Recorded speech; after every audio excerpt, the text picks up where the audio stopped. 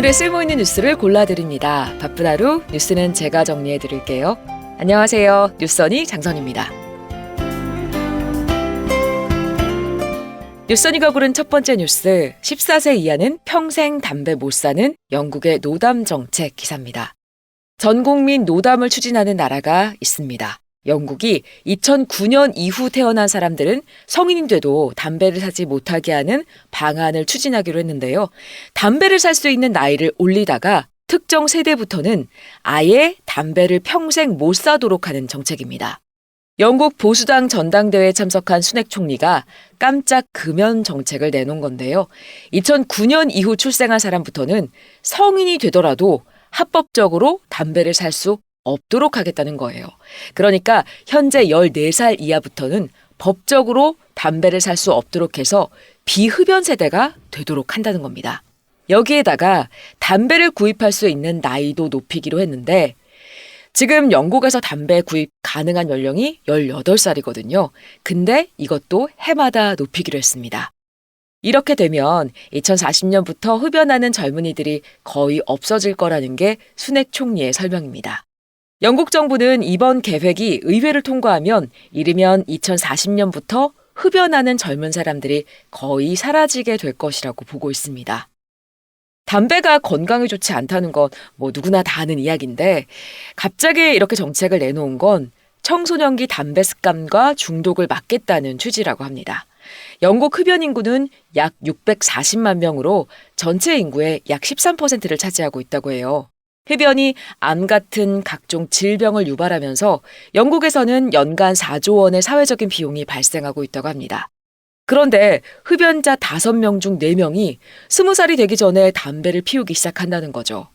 이 사이클을 끊으면 예방 가능한 사망과 질병의 큰 원인을 줄일 수 있다는 계산입니다.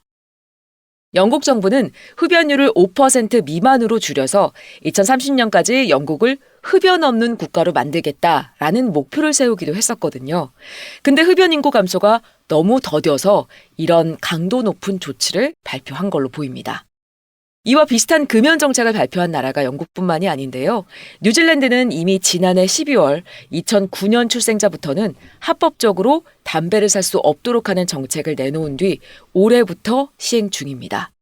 이걸 위반하면 우리 돈 1억 원이 넘는 벌금을 맞게 됩니다. 덴마크에서도 뉴질랜드나 영국과 비슷한 조치를 검토하고 있는 걸로 알려졌습니다.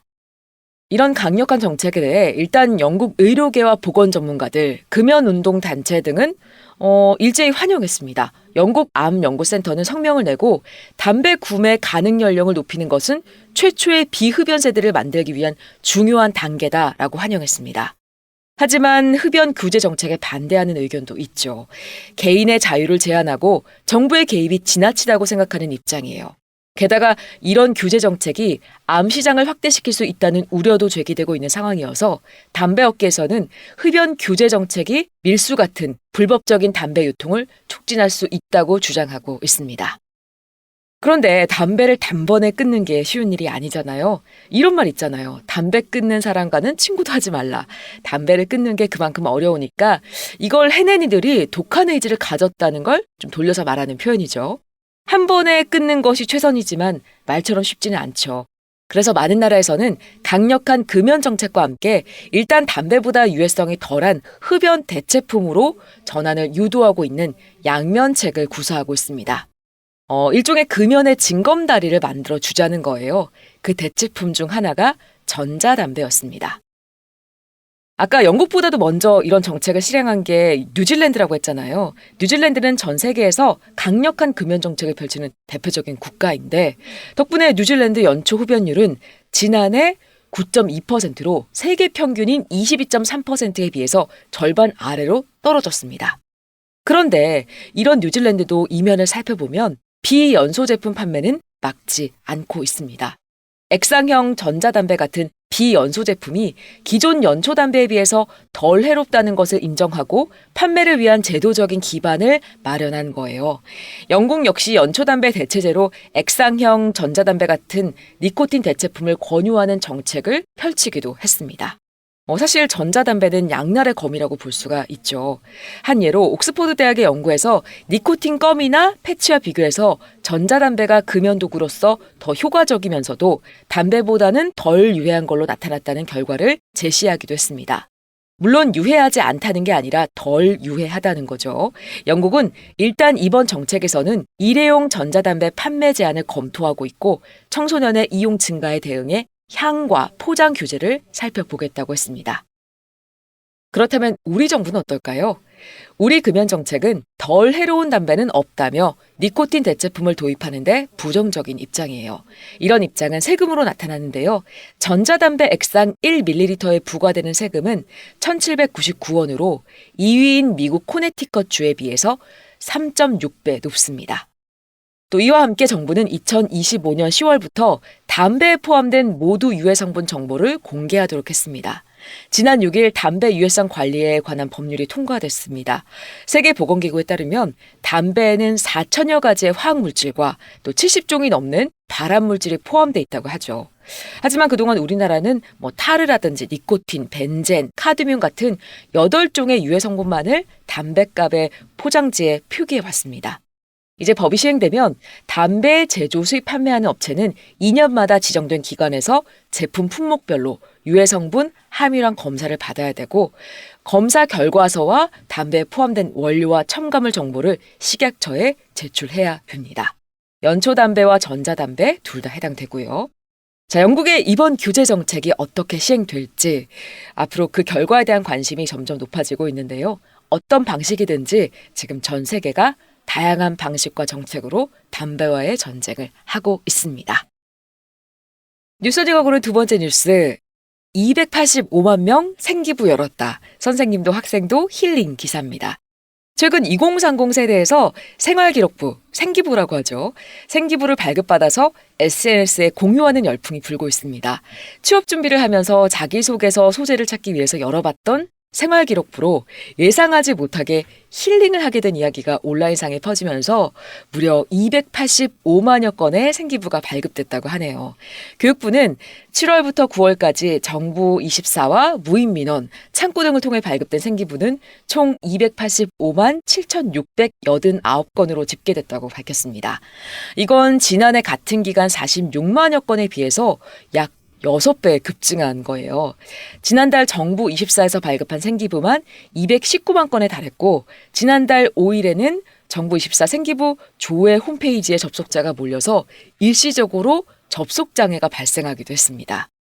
온라인을 통한 생기부 발급은 2003년 이후 졸업생부터 가능해서 2030 세대에서 유행처럼 번지고 있는데요. 생기부가 전자화되기 전인 40대 이상은 발급이 불가능하다고 합니다.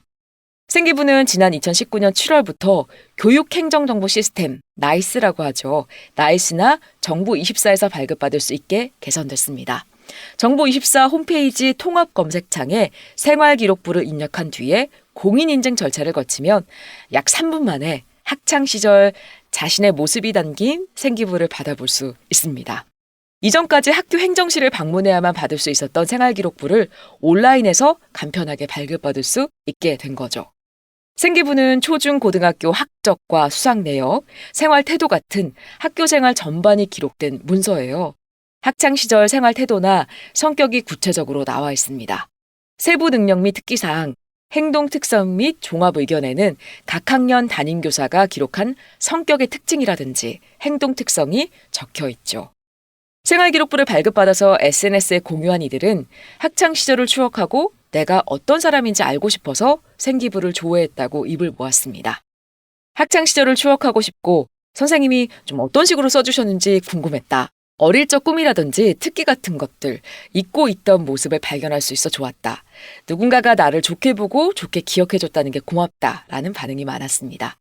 또 생활기록부에 장단점이 세세하게 적혀 있어서 내가 이런 거 좋아하는 사람이구나 깨달았다는 의견도 있었습니다. 교육부 관계자는 생활기록부 발급이 챌린지처럼 유행하고 있는 것에 대해서 선생님들이 써주신 내용을 보고 힐링했다는 의견이 많아서 긍정적으로 생각한다라고 이야기하기도 했습니다. 전문가들은 생기부 발급 유행 배경에 대해 미래가 불투명한 상황에서 과거를 회상하고 자신이 어떤 사람인지 확인하고 싶어하는 청년층의 심리가 반영됐다고 분석하고 있어요. 과거에 재밌었던 일, 즐거웠던 일을 통해서 자신감과 성취감을 회복하려고 하는 것이라고 말하면서 흔히 소년은 꿈을 먹고 살고 노인은 추억을 먹고 산다라고 하지만 요즘 청년들은 주거와 직장, 결혼 같은 현실적인 문제에 불안감을 느끼기 때문에 과거를 회상하고 싶어 한다라고 설명한 전문가도 있었습니다. 자, 오늘 뉴스언니가 준비한 소식은 여기까지입니다. 오늘 하루도 행복하세요.